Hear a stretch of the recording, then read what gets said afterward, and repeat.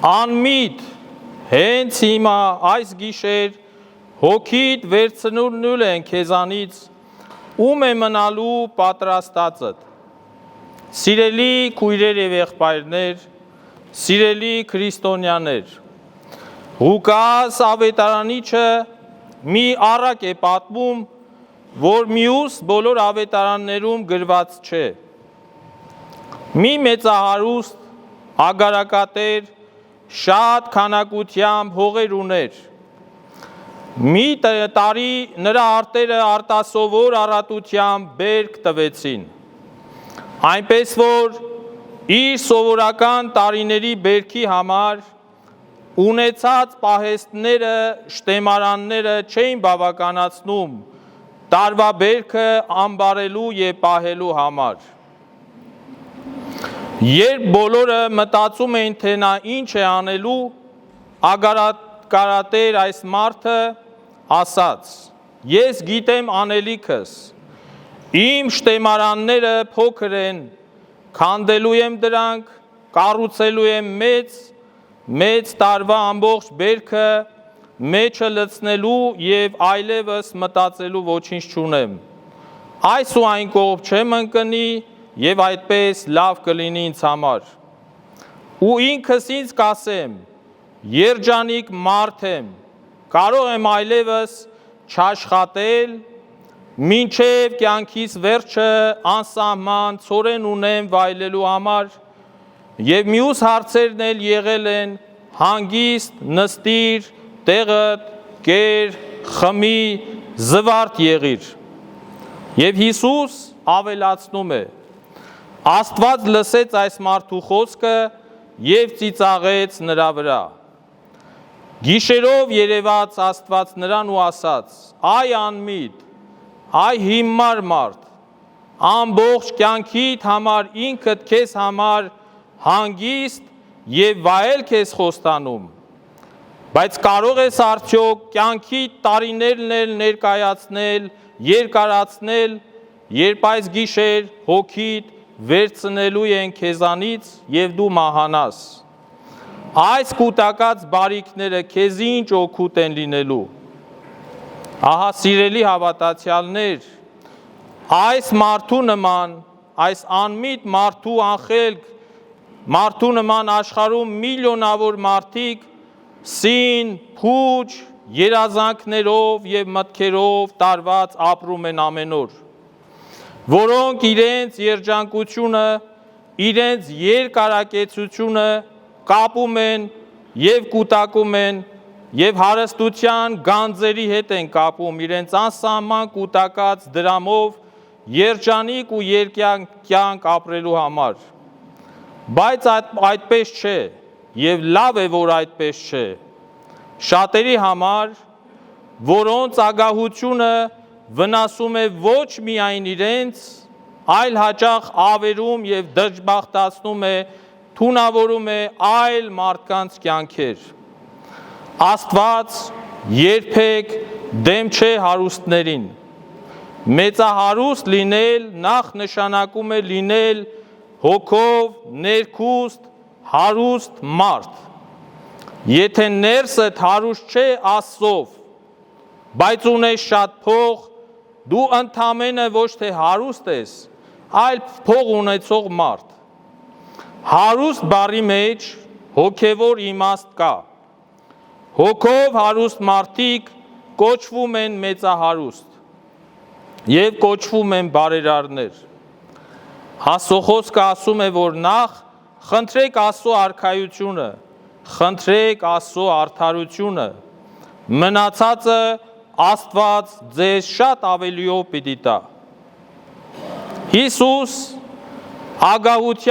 ագահությունը համարում է մեծ մեղք և այս պատճառով եկեղեցին 7 մահացու մեղքերի ցանկի մեջ է դրել ագահությունը։ Ագահ մարդը իր կյանքը ապրում է տանջանքով, նա միշտ տառապում է կուտակելու մոլուցքով,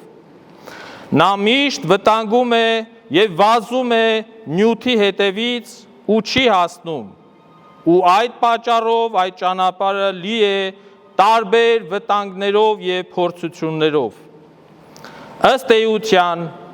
ագահները անխելք են լինում, որովհետև իրենց միակ ցանկությունը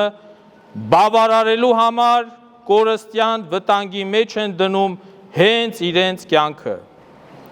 Ագահ մարդը, որ ներքուստ իր հոգում Աստված չունի, նշանակում է նրա սիրտը լեցուն է նյութով, բայց երբ նրանից վերցրվում է ունեցվածքը, նա պարզապես մահանում է, որովհետև ագահների կյանքը առանց գանձերի հավասար է զրոյի, հավասար է մահվան։ Ագահ մարդը ամուսնանում է ոչ թե իր կյանքի կեսի ընկերոջ հետ, այլ իր գանձերի հետ է կյանքը կապում, միայն իր ունեցվածքի հետ է միավորվում և սա կատարյալ աղետ է։ Ագահության պատճառով մարդը ավելիին է ձգտում և սա չունի վերջ, սա դառնում է կյանքի նպատակ և երբ կորցնում է իր կարողությունը, այլևս նրա համար կորում է ապրելու ողջ իմաստը։ Աշխարհում որքան մարդիկ ինքնասպան եղան իրենց կյանքի միայն մի մասը կորցնելով, իրենց կարողությունը մի մասը կորցնելով ինքնասպան եղան։ Ավելի լավ է ունեցվածքիդ զրկվես քան կյանքից, բայց ոչ ագահի համար կարևոր է իր ունեցվածքը, ոչ թե իր կյանքը։ Սովորաբար ագահ մարդկանց կյանքը շատ կարճ է և երկար նրանք չեն ապրում։ Նրանք տանջանքով ամեն օր մտածում են, թե ինչպես հասնեն չունեցածին, կամ ինչպես պահպանեն ունեցվածքը և այդպես ապրելով հաճախ հիվանդանում են և մաշվում։ Կա մի շատ հին իմաստուն խոսք. դրամ ստեղծելը, դրամ աշխատելը պահանջում է շատ մեծ աշխատանք և ջանք։ Դրամը պահելը լինում է շատ վախերով, իսկ դրամ կորցնելը անդառնալի հետևանքներ է ունենում։ Մարդը պիտի չկապվի դրամին։ Դրամին կապելով կորցնում է իր ազատությունը, կորցնում ես երջանկությունդ և ապրում ես վախերով։ Չէ որ մի օր գալու է օրը, որ ամեն մեկս գնալու ենք հանդերձյալ աշխարհ և ամեն ինչ թողնելու ենք այս աշխարհում, մերկ գնալու ենք, ինչպես որ մերկ էլ ծնվել ենք։ Եվ հիշենք, որ դագաղը գրպաններ չունի։ Հիշենք Տիրոջ խոսքը ու չմոռանանք, քեզ համար հարստություն մի դիզիր երկրի վրա, որտեղ ցեցը, ժանգը, փչացնում կամ հափշտակողները գալիս են և գողանում են քեզանից։ Ձեր հարստությունը երկնքում կուտակեք, որտեղ չկա ցեց, ժանգ և փչացնողներ չկան, և հափշտակողները կարող են ձեզանից գողանալ, որովհետև որտեղ ձեր ունեցվածքն է, այնտեղ էլ լինում են ձեր սրտերը։ Մարդու կյանքը իր կուտակած հարստության մեջ չէ։ Այն երբեք ուրախություն, այն երբեք խաղաղություն չի տա մեզ։ Ընդհակառակը, այն ավելի մտահոգություն է առաջացնում մեզ համար։ Ինչքան շատ ունեցված կուտակենք, այնքան մեծ մեր հոգին պիտի մեծ աղքատություն ապրի։ Եվ Աստված Աստծուն հավատալու և վստահելու փոխարեն կսկսենք մեր ունեցվածքին կառչել և ապավինել։ Ագահ մարդը կռապաշտ մարդ է։ Նա հավատում և վստահում է ոչ թե Աստծուն, այլ հավատում է իր փողին։ Մենք մերկ ենք գալիս աշխարհ, մենք մերկ գնալու ենք աշխարհից, մայից հետո մեր կուտակածը չենք կարող տեսնել, վայելել, մեզ հետ տանել։ Չարժե ձախողել երկնքի արքայության ժառանգությունը ժամանակավոր եւ ունայն ինչքերի պատճառով։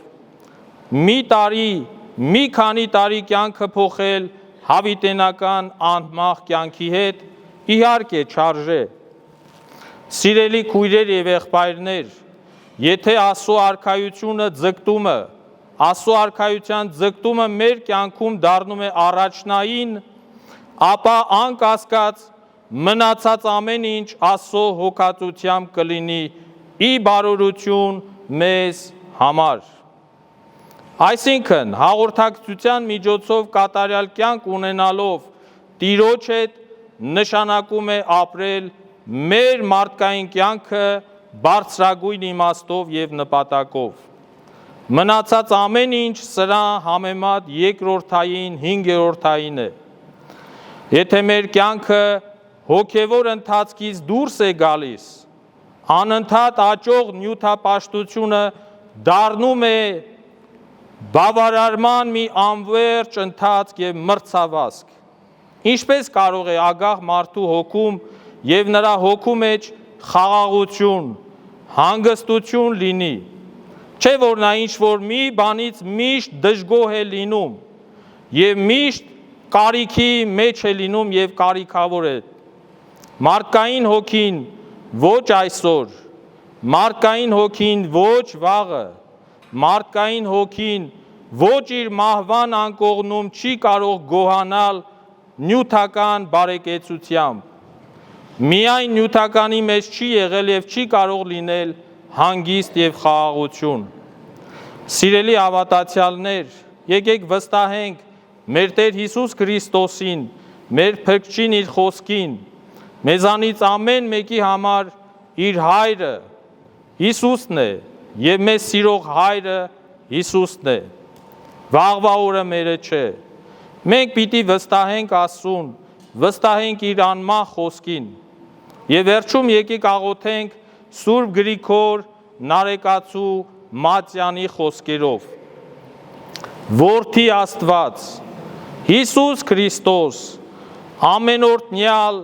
անքնին ծնունդ, դու փառավորվյալ Հայր Աստծո կողմից, քեզ համար չկա ոչինչ անհնար եւ անկարելի։ Երողորմությանդ փառքի անստվեր ճաճանչը ծագի, հալչելու է մեղքը, կհալածվեն դևերը, կջնջվեն հանցանքները, կխզվեն կապանքները, կխորտակվեն բոլոր շղթաները,